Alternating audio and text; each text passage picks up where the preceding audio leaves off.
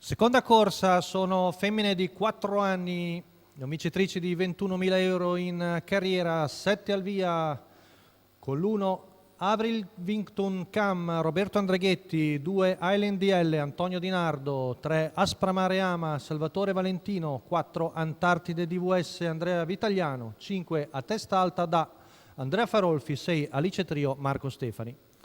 In seconda fila il numero 7 Giulianova, la francese, con Francesco Pettinari.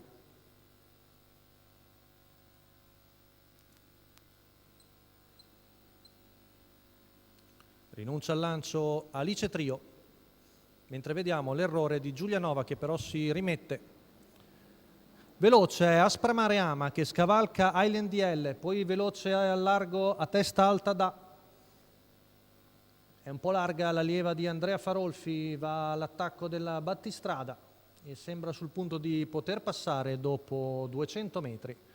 Quindi la leva di Andrea Sarzetto è in vantaggio dopo un 14-2, ha scavalcato Aspramare Ama, mentre in terza posizione un po' più distante Island DL, davanti a Antartide DVS, poi a Avril Wington Cam.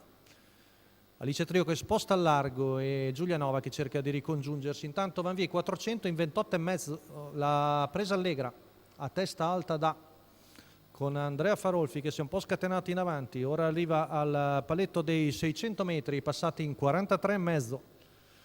A breve distanza è solo Aspramare Ama, mentre gli altri sono una ventina di metri più indietro, cappeggiati da Island DL. Siamo qui al passaggio davanti alle tribune, bella l'azione di A Testa Alta da, la figlia di Loviu arriva al giro in 58,5, ancora un 15 qui davanti alle tribune, la vicina Aspramare Ama, poi si avvicinano anche gli altri, con Alice Trio che ha ripiegato nuovamente in corda visto il ritmo della battistrada, vincitrice l'altro giorno a Trieste.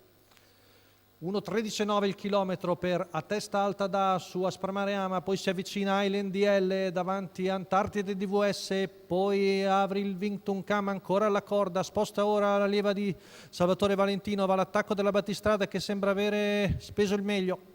Passa Aspramare Ama e prende vantaggio su A Testa Alta da che cerca di riprendersi, poi lungo la corda è sempre Island DL, avanzano gli altri.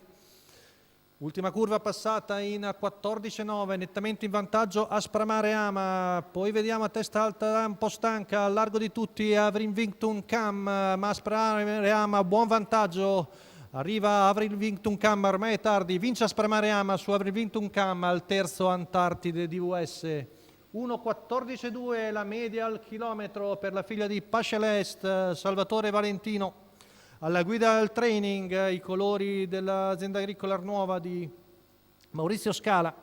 Rivediamo l'arrivo di Aspramare Ama che ha seguito per tutto il percorso la battistrada Testa Alta da, è passata ai 400 finali, ha controllato ancora bene il finish di Avril Wington Cam al terzo Antartide DVS, mentre per il quarto probabilmente ancora A Testa Alta da.